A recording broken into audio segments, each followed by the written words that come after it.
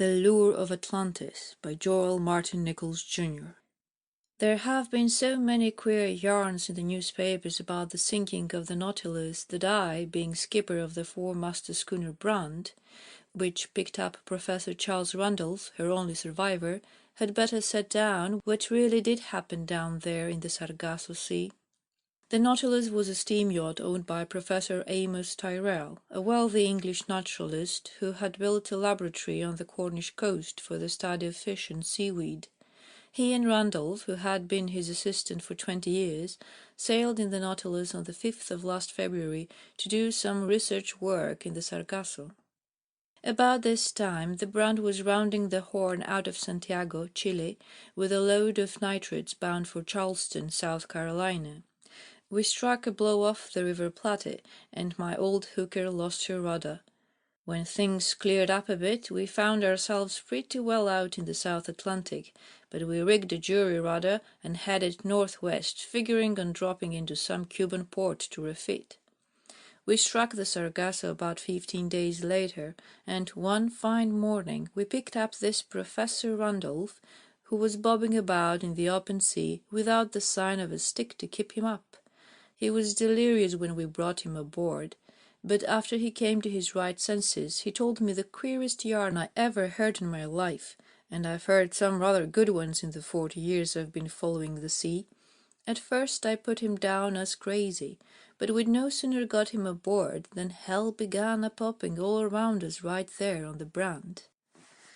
When she finally got through, with 2 of her sticks missing, and some of those hard-boiled birds in the forecastle praying to the Almighty to save 'em from the devils of the deep, I made up my mind that maybe he wasn't so crazy after all.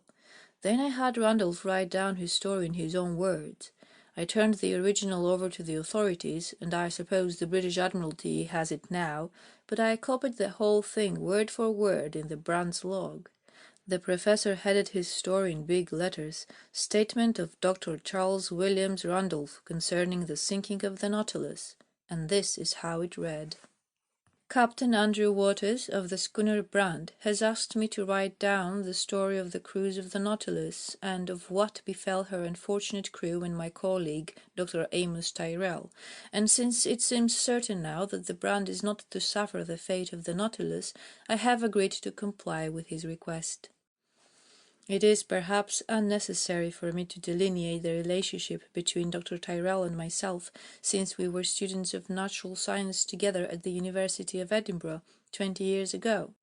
His accomplishments in the field of natural history, his studies and deductions from his exhaustive researches in the 7 seas, his magnificent laboratory at Bournemouth, all have given him an international fame, which needs no emphasizing here from me. Suffice it to say that I may designate myself merely as an unworthy assistant in his great work, a humble satellite reflecting but a dim gleam from the splendor of his genius. The world, when it has read this statement, will realize that these are strange words coming now from me, in view of the discord, mild term, between Dr. Tyrrell and myself, which ended in the horrifying fate of the Nautilus. It was a discord which really had its inception 5 years ago, when Dr. Tyrrell exhibited the first signs of a divided interest in his life work, an interest which led him away from his studies of undersea life, and eventually found him devoting a large share of his time to archaeological research. He began his course by taking extended trips to Egypt and Central America, where he indulged in a comparative study of prehistoric architecture found on the 2 continents, professing to find between them a most amazing and wholly unaccountable similarity. Being engrossed with our original labours, I paid little attention to his assertions, until one day he came to me with the astounding announcement that he had evolved a tenable theory for the existence of the lost continent of Atlantis. In support of it he produced a vast number of photographs and other data which purported to show that the pyramids found in the jungles of the Yucatan Peninsula were in reality small copies of the mighty piles found in Egypt, and that in other ways he had established an unanswerable argument for there being, in prehistoric times, a bridge of land between the African and American continents. It was his further contention that this land connection was the lost Atlantis, sunk beneath the waves of the South Atlantic Ocean by some stupendous cataclysm. Egypt, in the heyday of its power, he asserted, had been naught but a poor outpost of Atlantis, reflecting only a dim glimmer of the splendours of that lost continent. I must confess that I was bitterly disappointed in my colleague's new activities, for I had always held that the existence of Atlantis was a matter for metaphysical speculation, and not one to engage the serious attentions of men engrossed in the more objective sciences. I was gravely considering the necessity of voicing this conviction in the form of a gentle reproof to Dr. Tyrrell, when he came to me one day in great excitement, brandishing before my eyes a piece of twisted metal. "I have it, Randolph," he fairly shouted at me. "This proves my theory. We've found Atlantis." Dr. Tyrrell was not given to practical joking, so I accepted the proffered metal, although with a preconceived skepticism. It was, I should say, a bit of framework done in bronze, very like the lintel of a door. There are many similar pieces in the temples of ancient Egypt. Carved on its surface, however, were some peculiar hieroglyphics, which on closer observation I recognized as a type of cuneiform writing. "Is this one of your Egyptian finds?" I queried, somewhat testily. He waved me down in derision. "This," he said excitedly, "was pulled out of the South Atlantic Ocean on the flukes of an anchor dropped overboard by the tramp steamer Pole Star." "Ah, yes," said I, "a bit of submerged driftwood." "Nonsense!" he shouted.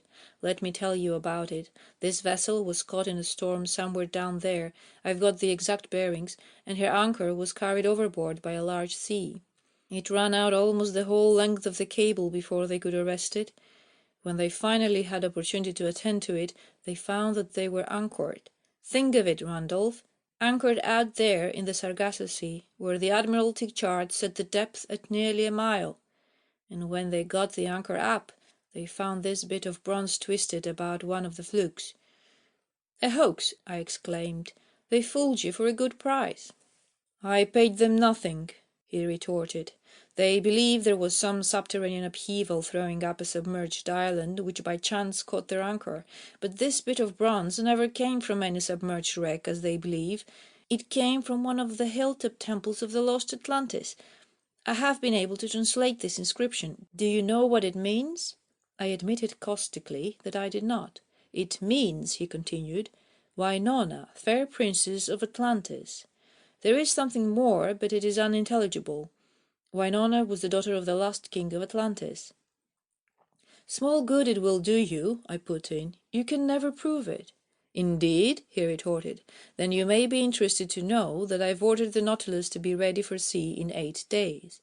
I'm going down there with our diving equipment, and if it isn't too deep, I'm going to explore this watery kingdom. You may come if you wish." To make a long story short, I must say here that I was in reality more interested than I cared to admit, and it took no great urging to get me to go along. As Dr. Tyrrell had pointed out, we were already well equipped for the contemplated cruise.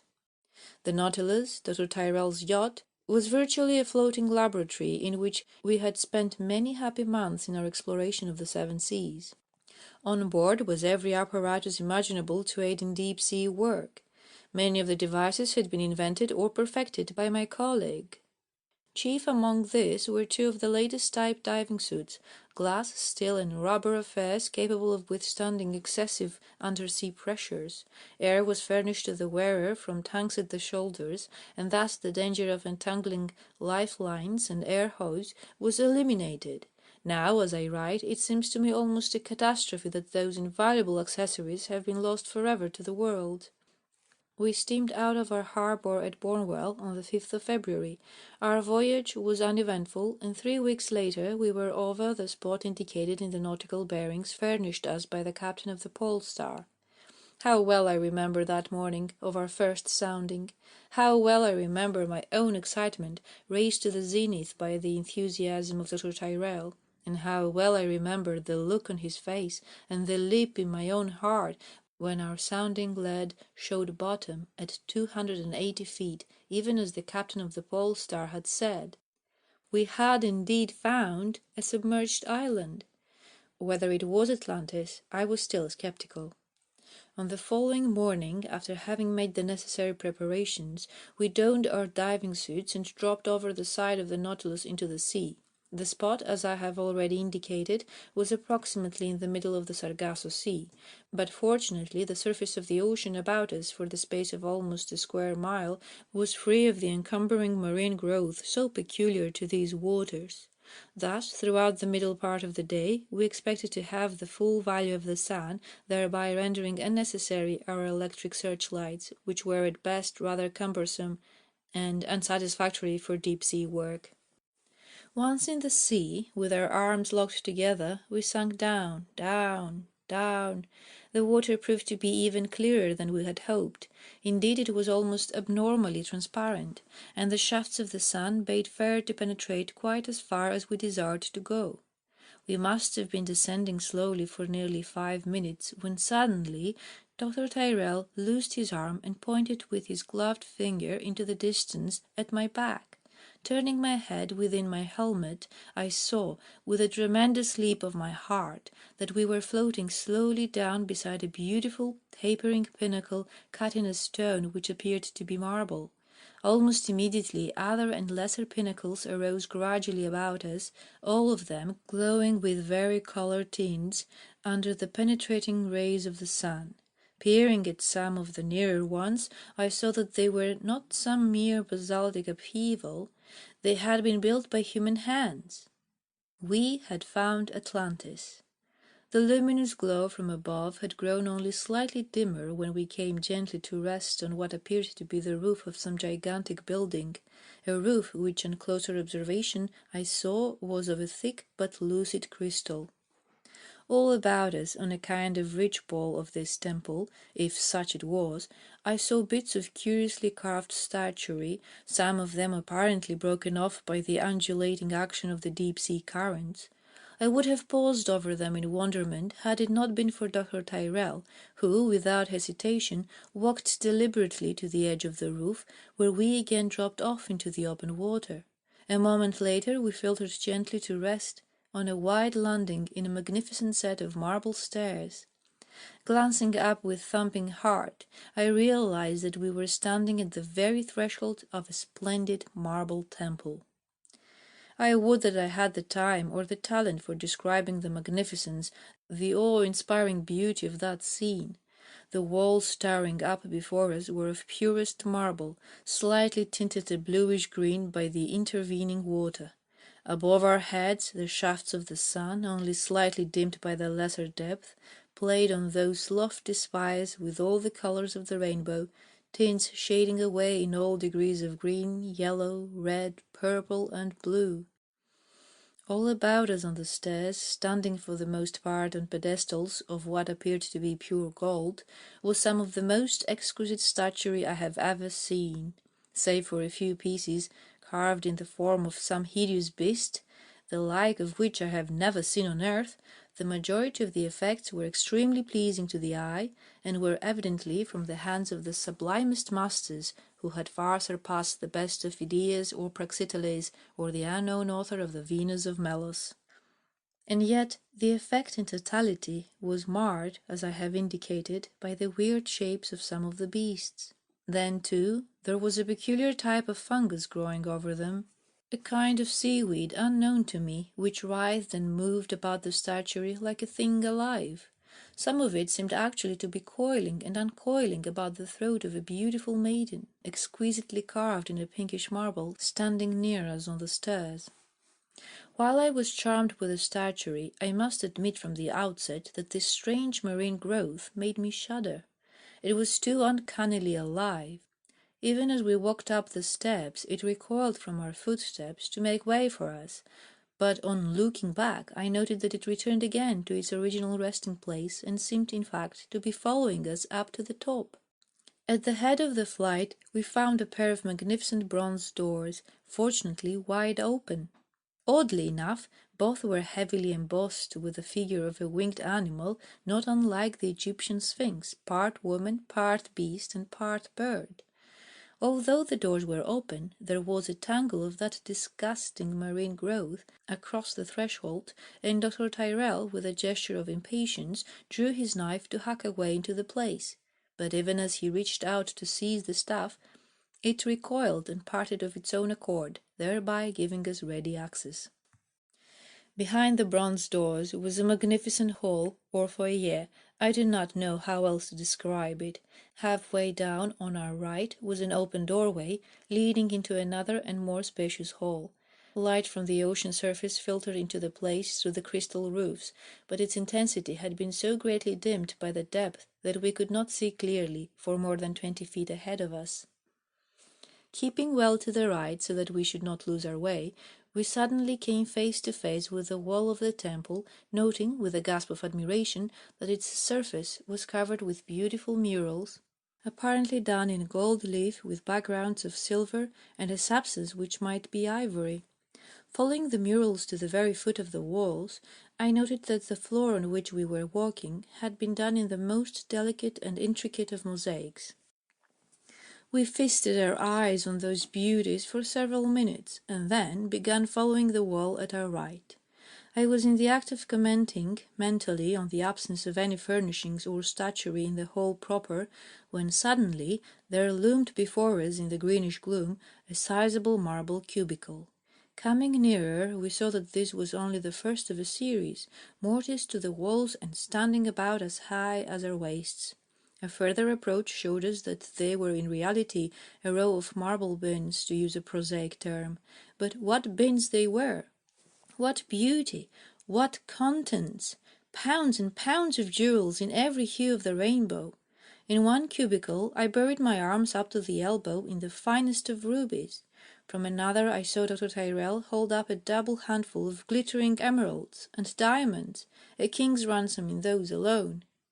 My natural cupidity had seized hold of me, and I was for taking some of the gems with us, but I noted that Dr. Tyrrell, always a scholar, had tossed his jewels back into place, and then I shamefacedly followed his example.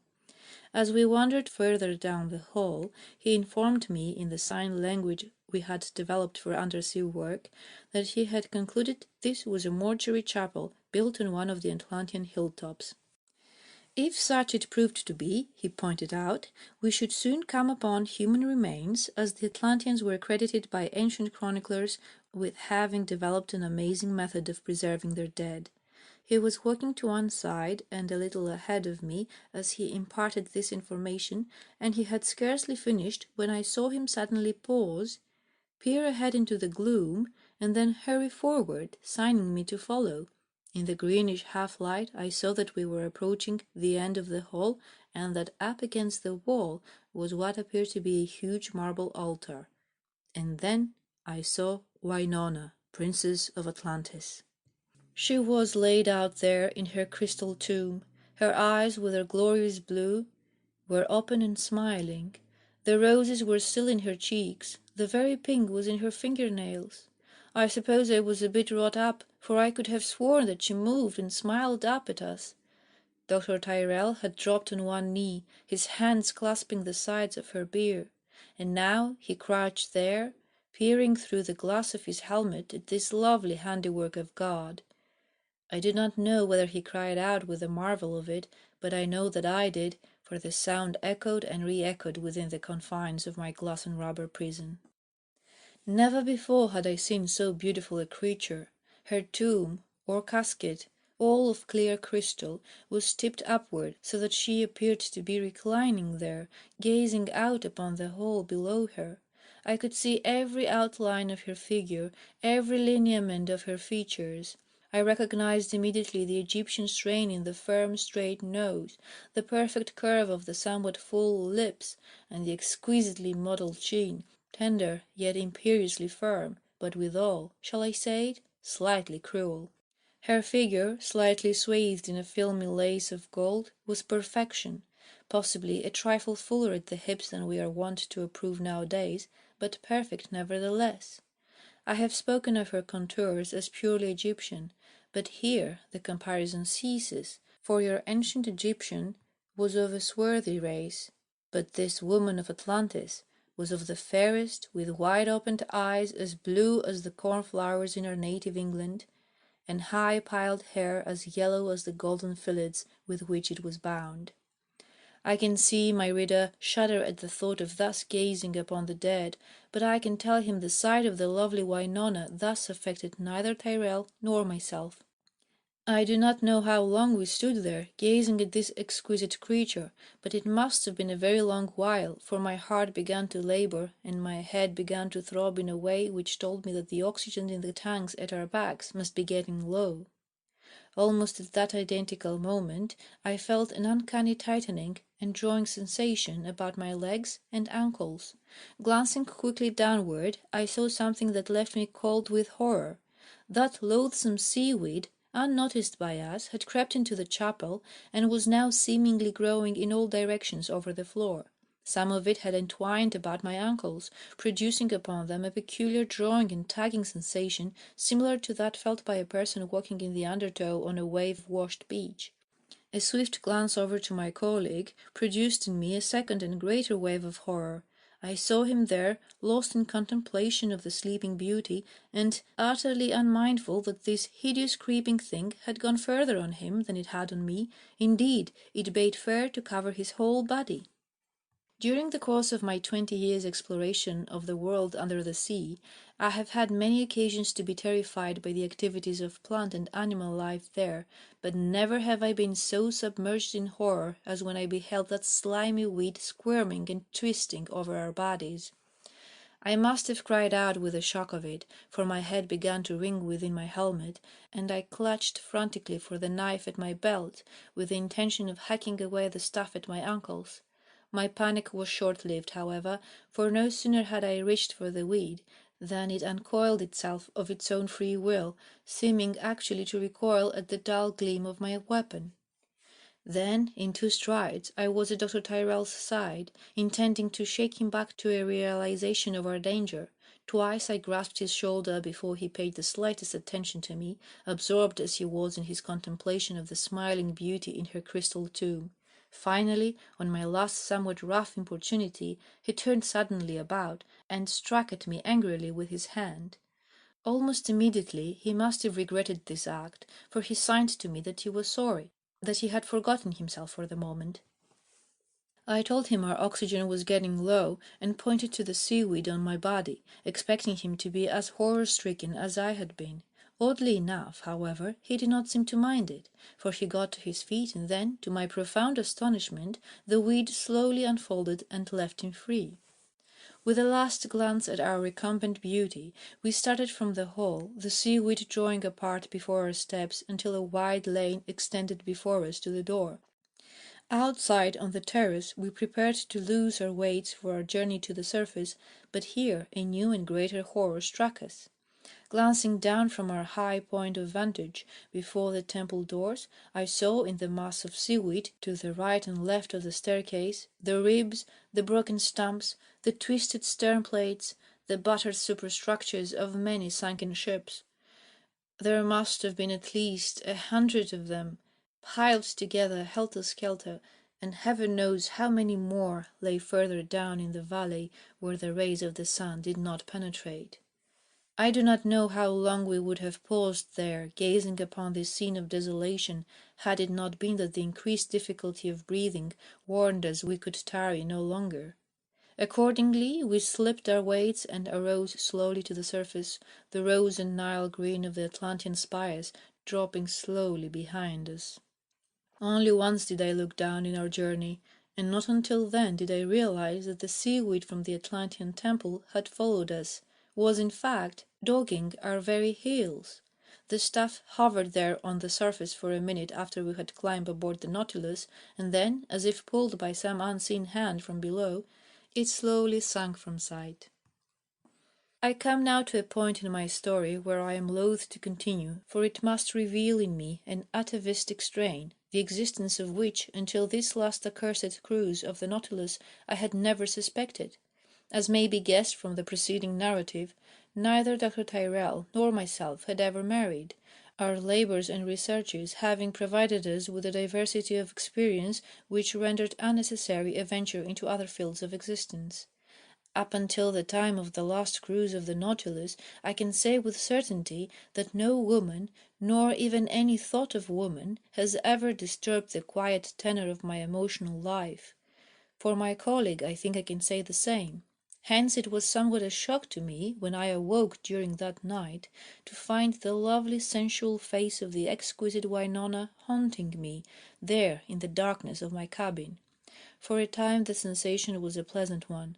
I felt a warm invigoration of my being, a sensuous flow of hot blood in my body, which, although slightly tempestuous, was not without a certain indefinable charm.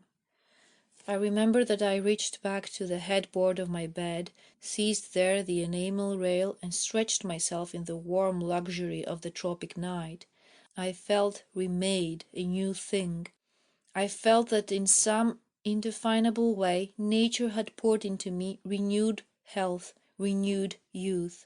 I wanted to arise, to pace about my cabin. I wanted to go to the decks of the Nautilus, to race up and down, cloaked only in the star-spangled robe of the equatorial night. I felt that I had the power to reach out and embrace the whole world. For a time I lay there enjoying to the full this entirely new reaction and speculating on the psychological aspect of my new inspiration. In a little while, however, I began to grow too warm. The hot blood pounding through my veins became in a very few minutes a source of complete and profound and wholly inexplicable irritation. In vain I attempted to throw off the mood. In vain I attempted all the known tricks of wooing sleep. In vain I tossed and tumbled about with the gentle rolls of the Nautilus. Eventually I arose, drew on my dressing gown, for I had thrown aside my pyjamas when the mood first came upon me, and thus attired strode out upon the decks. Forward I saw a tiny ruby glow, which I took to be the lighted cigarette of the watch. Above, almost outshone by the brilliance of the Southern Cross, were the riding lights of the Nautilus. All was peace, excepting in my own brain. I strode forward, my irritable mood pricking me onward, and reprimanded the watch for smoking on duty, although I knew such mild breaches of discipline had been winked at by both captain and mate on these long voyages. I remember how, in surprise, he flipped it overboard, the glowing end describing a perfect half-circle as it dropped into the sea. Somehow even that bothered me. Presently I walked back toward the stern, and, rounding the corner of the after-deck house, I came suddenly upon Dr. Tyrrell. He was standing there, half draped over the rail, and peering intently down into the sea. For some reason unknown to me, I paused there, watching him. He did not move. He might have been a statue of stone gazing over the rail. Again I felt a wave of unreasonable irritation, a veritable sweep of anger. Why should he be standing there, peering so intently down into the sea? Why was he not in his cabin, where he belonged at this hour, gaining rest for the labours of tomorrow? Somehow I did not realize then that I was blaming him for the very thing which I myself was doing. As I stood there watching him, he slowly straightened up and lifted his eyes to the stars. His lips were moving, and I thought that he sighed.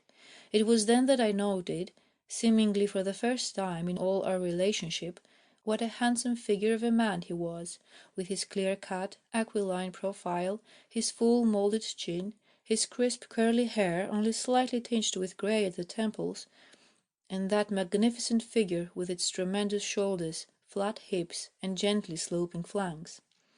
Somehow it made me feel small and puny and hopeless. All my new-found vigour drained from me in that moment, and I felt a strange, hot resentment against the man. Suddenly I had come to be old and worn and gnarled and terribly weary. Thinking thus, and without disturbing my colleague, I went back to my cabin and a sleepless vigil into the dawn. That morning, while we were taking breakfast, Dr. Tyrrell told me quietly that there would be no need for my going down that day. "Why?" I asked, somewhat testily, though never before had I questioned his decisions. "It is exhausting work," he replied, "and we do not know how long we can stay here before there may be a storm, in which case we may have to up anchor and run before it.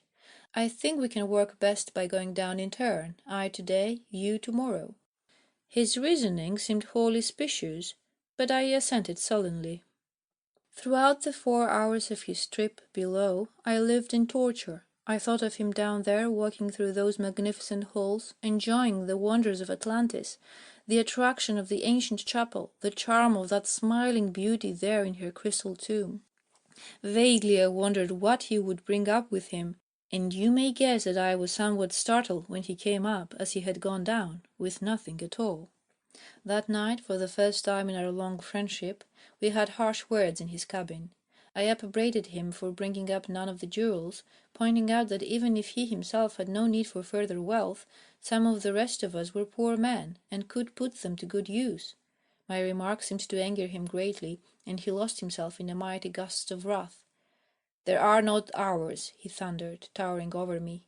"Not one jot nor tittle of them shall we take.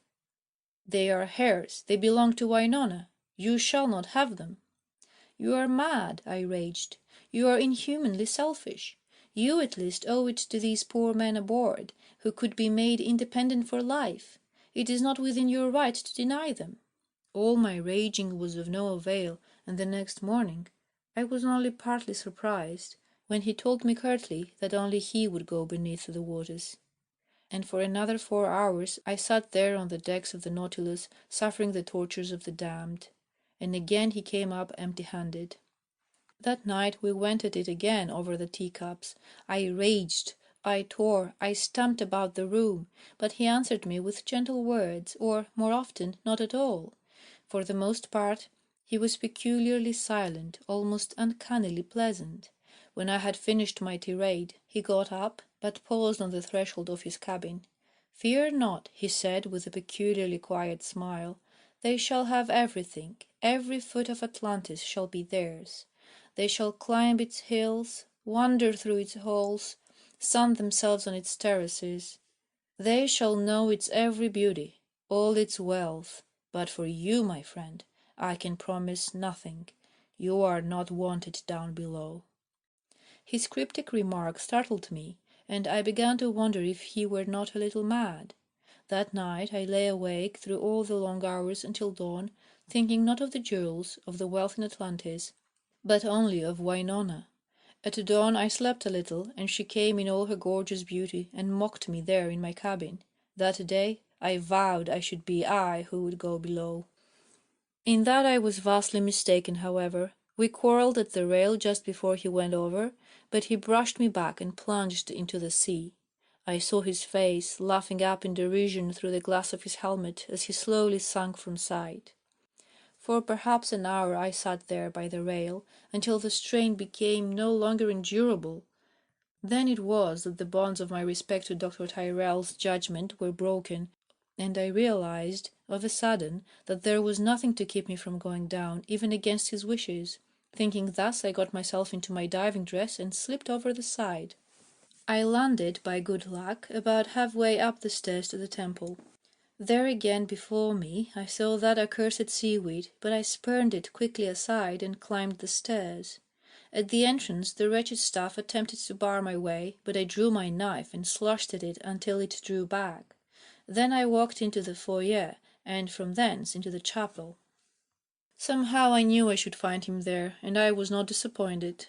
As the details at the further end of the hall were revealed to me through the dimness, I saw him kneeling before that altar, with his head down across her crystal tomb, his face behind the glass in his helmet pressed close to hers. And then I knew that I hated him because he loved her, and because I loved her, and because in some way I knew he was the favoured one. For the first time I realized that I, too, had cared nothing for the jewels, that I, too, would have scorned to rifle her chapel. Always it had been Wainona, and now he had taken her from me. I hated him with every spark of my soul, every fibre of my being. "Dastard!" I shrieked. "Thus you have beguiled your time. Thus you have hoodwinked us all." I had forgotten that the sound could not penetrate beyond the confines of my helmet, and now it echoed and re-echoed in my steel and rubber prison, ringing and screeching in my ears until the very blood seemed to well up into my eyes, and the sea before me was as scarlet. Without thought of what I was about to do, I pushed forward, knife in hand. I would kill him there. I would cut him down with as little compunction as I had the seaweed before the portals. But I must be crafty. I had no intention of giving him a chance in fair fight. I would walk up behind him and strike with my knife through the rubber joints at his throat, rip the blade downward to his breast, and leave him there either to drown or bleed to death. How I would laugh as he died there at the feet of his beauty. What an outcome for his secret tryst. And then a very strange thing happened. There was no way under heaven that he could have known of my approach, for he was kneeling with his back toward me. There was nothing to warn him, no sound from me that could have penetrated that watery space to the ears within his helmet. Yet, while I was still 20 feet away, I saw him get slowly to his feet and turn about, his hand going to the knife at his belt even before he could have realized my purpose. Thus confronted, I brandished my weapon and bade him in our sign language to be prepared, since I intended to kill him or die in the attempt. Scarcely had I finished when, to my utter astonishment, he slowly replaced the knife in its sheath and quietly awaited my coming. Taken back though I was, I had no intention of losing my purpose. His very sureness enraged me the more. I strode forward, bending all my weight against the intervening water, holding my blade in readiness. Now I stood before him and saw his white, sneering face behind the glass. Shrieking aloud with a strange exultation, I raised my weapon to strike, but I never made that stroke. Even as my arm descended in its murderous errand, I felt myself suddenly and helplessly snatched away. It was that accursed seaweed. The damnable stuff had twined about my body as I strode across the hall. And now, as I drew near enough to plunge my weapon home, it had snatched me away. In vain I foamed and fought it, slashing to the right and to the left. In vain I ripped and tore and cut, using my gloved hands where the blade seemed too slow. Where I slashed off yards of the stuff, new tendrils seemed to grow, enveloping my body. Frothing and screaming, kicking and squirming, I was dragged across the hall and out on the steps before the temple. There, despite my weights, the weeds seemed to gather under me, forcing me upwards. In but a few minutes, the slowly receding spires of Atlantis told me that I was on my way to the surface. I lay on the bosom of the sea, kicking and screaming, but that diabolical stuff was determined that I should not sink again. Finally, as all strength seemed to be leaving me, I felt myself hauled slowly out of the water. They on board the Nautilus, seeing me struggling there in the water, had slipped a boat hook under the ring at my belt and were pulling me to her decks. But I was crafty. Once on board, I revealed nothing of what had happened, merely pretending that I had been taken with cramps on coming to the surface. Then, very carefully, I laid my plans to kill Dr. Tyrrell as soon as he should return. Secretly, I got out my pistol and a knife and watched for the ascending bubbles that would tell of his coming. But he never came. I waited there until dusk, waited until the captain came to me in alarm and begged me to go below in search of his missing employer. I should have been glad to go, for another purpose than he thought, but I knew that devilish seaweed would stop me at the outset.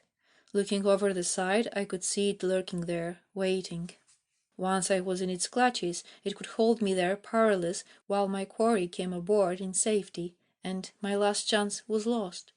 But I could not tell them this, so I cut a rent in my diving dress, telling them it would be impossible for me to venture below. With the coming of darkness, all thought of my leaving the ship was abandoned, and Dr. Tyrrell's life was despaired of. For myself, I knew that he was still down there, keeping his tryst with Winona, and the thought of it made me fairly boil with rage. As the night wore on, I became exhausted with the play of conflicting emotions, and pretending an illness, I went to my cabin. I must have slept longer than I had intended, for I had many long dreams in which I saw my colleague in the arms of Winona. The two of them stood there on one of the pillars of Atlantis, mocking me as I struggled with the weeds of Sargasso. Each dream brought the stuff nearer my throat, while it shook and crushed me as if I were a rodent in the grip of a python. It had clutched my shoulders and was shaking me again when I awoke and saw that I was not at the bottom of the sea, but safe in my cabin, with the captain of the Nautilus grasping me frantically by the shoulders. "What is the matter?" I demanded, bounding out of my bed and wondering if Dr. Tyrrell had slipped back during the watches of the night. "The ship is sinking, sir," he said, his voice all a tremble in the darkness. "You'd best come on deck. There's something wrong. I don't understand it." The man's teeth were actually chattering, and the tones of his voice struck me into a panic. As I stood there, peering at his white face in the gloom, I noticed for the first time that the floor of my cabin had assumed a noticeable angle. The ship appeared to be no longer responding to the roll of the seas, but wobbled and tugged in an uncannily impotent way. Hastily donning an overgarment, I hurried out on deck. The night was starlit, the ocean smooth, save for the gentle undulating billows from which it is never free, and yet the Nautilus was going down by the head. Already the angle of her decks had assumed a higher pitch while I had tarried there in my cabin. At that moment she assumed a slight list to port, the wobble becoming more accentuated with each billow. In the forward part of the vessel there arose a wail of voices from the throats of terror-stricken helpless men. I turned angrily to the captain and demanded why he had not set the crew to the pumps. "I've tried that, sir," he answered, "and I found there isn't a drop of water in her hold." "It's her anchor there," I said. "It's probably caught on the bottom, and the rising tide is pulling her under." I'm not a nautical man, and this seemed an adequate explanation.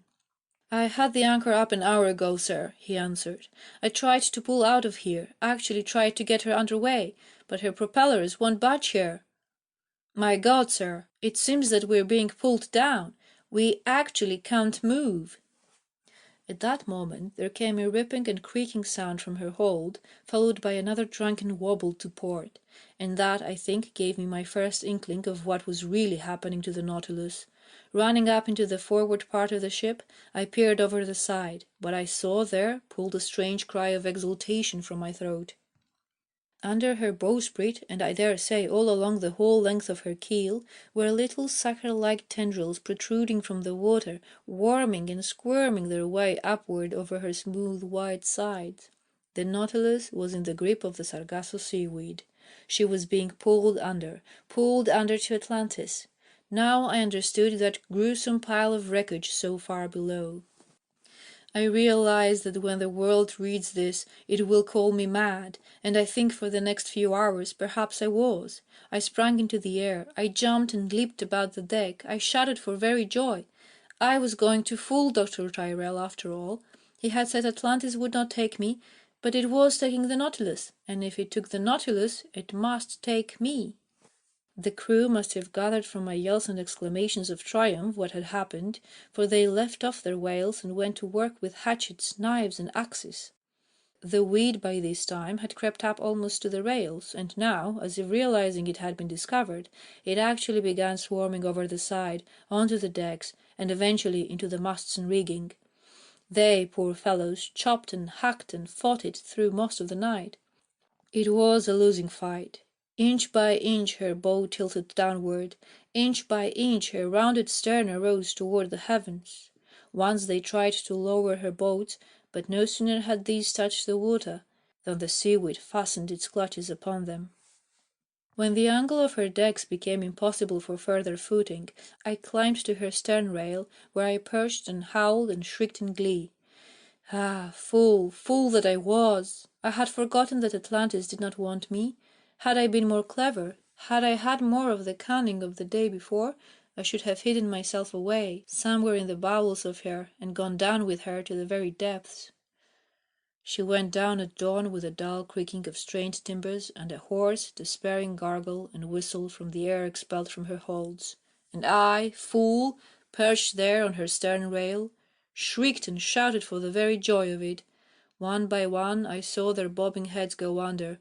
One by one I saw the last bits of wreckage enveloped by that slimy creeping thing and engulfed forever. At noon, at night, I was still floating on. Again and again I dived, seeking to entangle myself. Again and again I felt myself thrust backward to the surface. The sun, a blistering ball of copper in the sky, sank lower and lower, and with the coming of the night I believe I must have slept there on the bosom of the Sargasso Sea. There were other days and other nights when I screamed and writhed in raging impotence, for I had come to realize that the sea was only playing with me, waiting there idly for me to die, when I should be carried far from Atlantis and Winona by some swift current. And on the dawn of the third day, a great ship hovered over me, and even against my will I was saved. I come now to the end of my story. I know that the world will judge me mad in the writing of it, but for the world and its judgment I care nothing, for I know whereof I have spoken. I have yet another and longer story to bring to a close, and as I set this down, I plan to write my finis to it out there on the decks of the Brand. Of this Captain Waters knows nothing, for I have his promise that he will not read this until tomorrow. Therefore, on this 30th day of March, I hereby set my signature to this, my story. Charles Williams Randolph.